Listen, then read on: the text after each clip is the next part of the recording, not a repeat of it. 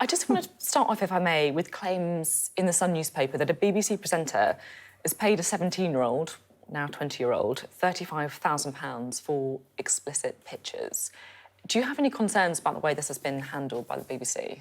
Well, these are very, very serious allegations, and the BBC have said that they have processes in place, but I think as public attention and concern grows, the BBC is going to have to act very swiftly to deal with these allegations and to set out what they are doing to investigate them. I mean, according to the alleged victim's mother, she complained to the BBC on May the 19th, but the presenter then stayed on air until quite recently. I mean, that could be as many as 6 weeks later. Yes, as I say, we will have to see what the BBC has to say about this, but these are very serious allegations and I can quite understand the public concern about them. Priti Patel, former Home Secretary, has said the treatment of the complaint was derisory, and she said that the BBC should hold a full and transparent investigation. Do you agree with that? Well, it may well be that that happens in due course. I mean, with allegations of this kind, we as a government have worked very hard over the years to try to help complainants of very serious allegations, both in the criminal courts and with the police, and I would expect other institutions that have responsibilities to the public to have similar high standards. Yeah, you've done quite a lot on this yourself, haven't you? Is there an issue with the way that we treat victims in this country who come forward with allegations? Well, we do everything we can to support victims, and obviously I'm not commenting on these specific allegations, but more generally we have tried, we've conducted a forensic examination of every stage of the criminal justice process to try to support complainants giving their best evidence. So, for example, we've rolled out video recorded evidence across the country to help complainants give their evidence as quickly as they possibly can, because we know that sometimes that can be a pressure and it can lead to them stopping the case if they're concerned about delays. But I would always encourage victims of such behaviour to come forward. Just to go back to the specifics of this allegation, what we've seen in recent days is other high-profile BBC presenters having to come out on social media to say it wasn't them. In the case of some people, they've even had to go to the police to report people who wrongly accuse them on social media. How concerning is this?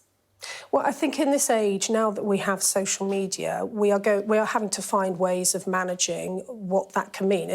Social media can be a great thing, but it can also lead to some very significant concerns in cases where perhaps there's an investigation ongoing or people are making allegations, unfounded allegations. And so there is a responsibility for social media companies to take care of what is on their sites. And this is why with the online safety bill, we are really tightening up the laws so that we have that assurance that we all want when it comes to the internet, not just in relation to these sorts of allegations, but mums and dads worrying about their children's access to the internet and so on. We want to try and make the internet as safe as it possibly can be. Is there an argument that the presenter should be named? As I said, I'm going to, if you'll forgive me, I'm Understood. just going to stay away from this because I think the BBC have to explain what they have done in recent weeks. And these allegations are so serious that at this stage I won't be commenting further. OK, that makes sense. Thank you for what you have said about and what you felt able to say about the case and the allegations. I want to talk to you a little bit about international news now. President Biden, the US president, shortly in town. The PM's going to meet him before they go to NATO. Now, of course, the US has recently agreed to supply cluster bombs to Ukraine. Is that something that you agree with? Well, we're very pleased that President Biden is coming this week. It's going to be the 5th time that the Prime Minister and the President have met in the last 5 months, and so the relationship is, the special relationship is still very much strong and secure. In relation to cluster bombs, we, the UK, have signed the convention that prohibits their use and discourages their use. And, of course, we stick by that convention.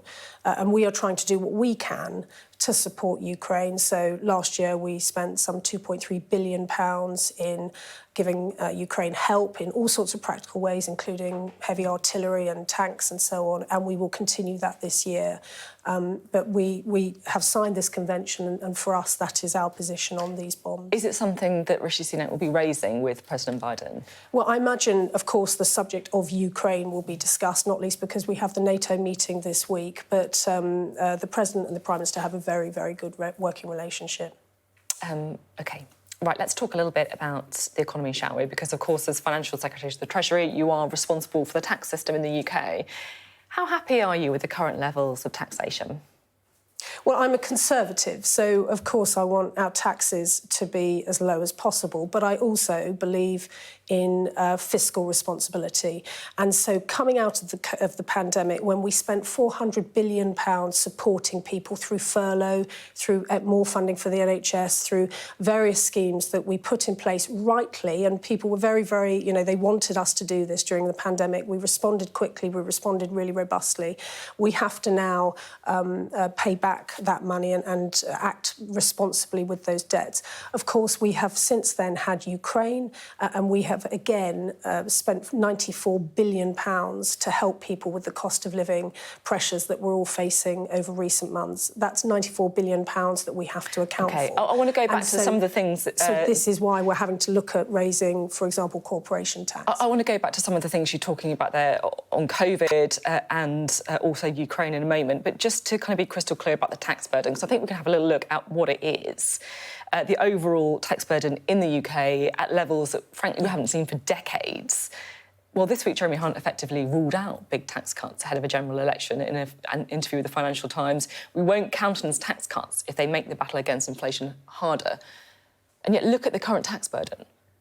Is that really the right policy? Well, we have to be fiscally responsible. So I do not want us to be passing on our debts to our children and our grandchildren, which is why we've said we have to have sound money. We cannot be borrowing money, as perhaps Labour would like to, £28 billion to fund policy. You can't really criticise Labour's economic plan when you look at the state of the economy after 13 years of the Conservatives. Well, actually, in terms of the number one enemy at the moment is inflation. And one of the reasons leading to inflation, one of the factors behind the stickiness of inflation, is that we have a very tight labour market, which is a good news, because that means after 13 years of Conservative government, we have more people in work than ever, very, very high employment rates. But that is having an impact on inflation. And so that is why at spring budget, you saw the Chancellor announce a huge package of support to get people back into the workforce, including the transformational childcare programme that is going to help mums and dads back into the workforce who perhaps are finding childcare too expensive at the moment. You're talking about sound money under the Conservatives, and I think we can have a little look now at a global comparison of the deficit and also debt levels. And you can see here how the UK is doing. This is a chart from the OBR showing us 42 other countries around the world. We've got the third worst deficit, and when it comes to debt levels, we've got the fourth worst debt. Is this really sound money under the Conservatives? And this is precisely why we are having to make very difficult decisions, both at autumn statement and at spring budget, but also why the Prime Minister's number one focus is on tackling inflation. I guess because as we're trying to pay these back, we are spending £120 billion a year on debt interest. I would much rather we were spending that money on the public services we all care about. But we have to drive down this debt, which we are determined to do in the medium and long term, which is why it's one of the Prime Minister's 5 priorities. I guess my question is... to help with those figures. You were talking a moment ago about COVID and about the war in Ukraine and how that's impacted the economy in the UK. Well, it's also impacted all these other 42 economies as well. Why are we doing so badly? Well, if you look, for example, if you look at rates of inflation, developed economies around the world are facing much higher inflation rates for all sorts of reasons. But we are particularly exposed, for example, on gas prices. We have, most of us are on the grid. We're very exposed to international gas prices. And so that is why last autumn we announced the energy price guarantee, which has not only helped halve energy bills around the country, it's also knocked 2 percentage points off inflation. But we also want to help with things such as food inflation. We know that we import 50% of our food. My farmers in Lincolnshire would wish that it was far lower than that. But because of that, we are much more susceptible to price rises in the worldwide price of wheat, for example, which means that then comes through to our shelves on the supermarkets. And so as part of our work to tackle all of this, we're working with supermarkets, for example, to make sure that they're offering value ranges to try to help people, as you've described, who are finding times really tough at the moment. OK. There's obviously, as we've been talking about the economy, big question marks on whether or not the Prime Minister is going to meet some of his pledges when it comes to debt, when it comes to inflation. Another of the pledges, of course, is to stop the boats, which is obviously not really working. We're seeing, again, large numbers of people crossing the Channel. But the one thing you have achieved on this is to actively make the decision to paint over a children's mural that was in a children's asylum centre. And the idea was that it was too welcoming. You can have a look at it here. Minnie and Mickey Mouse, Tom and Jerry there. And that was painted over, the decision taken by Robert Jenrick, the immigration minister, because it was too welcoming. Well, I think we've got to focus on the fundamentals here. If there are children arriving in the United Kingdom via small boats, then as soon as they land in the UK, they are looked after properly. You know, the local authorities step in, they have their welfare, their health needs and their schooling needs looked after. That is the fundamentals. But we also have to stop people from being enticed by criminal gangs to cross the Channel, because that journey in itself is such a dangerous journey. It must be terrifying for children who come across. And so that is why we're so focused on stopping the boats. And in fact, if you look at where we are this year today compared to where we were in a year ago, actually the number of crossings is down. We have had a 90% decrease in the number of crossings by Albanians because of very, very close working with the Albanian authorities. And we are seeing the French deal that we struck has led to 33,000 crossings being stopped. So those are all steps in the right direction, but it is an incredibly difficult problem. And I don't think anyone pretends that when the Prime Minister set this priority, he or anyone else was saying it was going to be easy. It is not.